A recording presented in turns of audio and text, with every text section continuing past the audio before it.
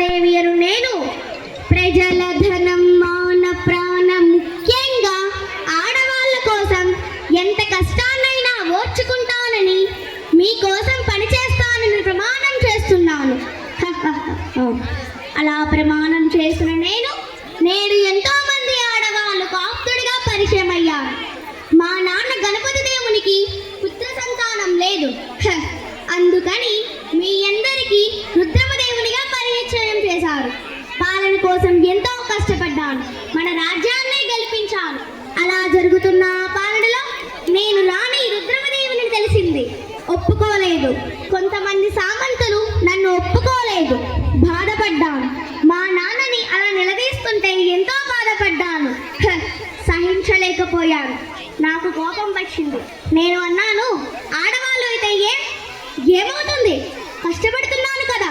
అదే నేను రాజుని అని తెలిసినప్పుడు జయహోళ్ళు కొట్టిన వాళ్ళు నేను రాణిని అని తెలిసినప్పుడు ఎందుకు నిలదీస్తున్నారు? నా ఈ మాటలతో సామంతులు ఎదురు తిరిగారు. నాకు అది ఒక లెక్కన ఓడించాను. నా ఈ కోపంతో ఎప్పుడో ఓడించాను. అప్పుడు మొదలైంది నా అద్భుతమైన పాలన.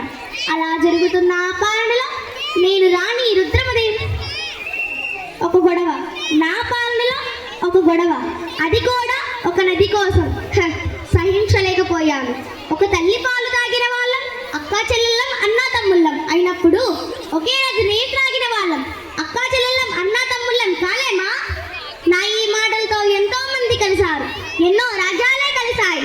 నేను మీకు చెప్పేది ఏమీ లేదు, కానీ ఒక్కటి, ఆడవాళ్ళను ముందుకు రానివ్వండి, వాళ్ళను ముందడుగు వేయనివ్వండి. నేను రాజుని అని తెలిసినప్పుడు జయహోళ్ళ కొట్టిన వాళ్ళు నేను రాణిని అని తెలిసినప్పుడు నిలదీశారు, కానీ నేను ఒప్పుకోలేదు.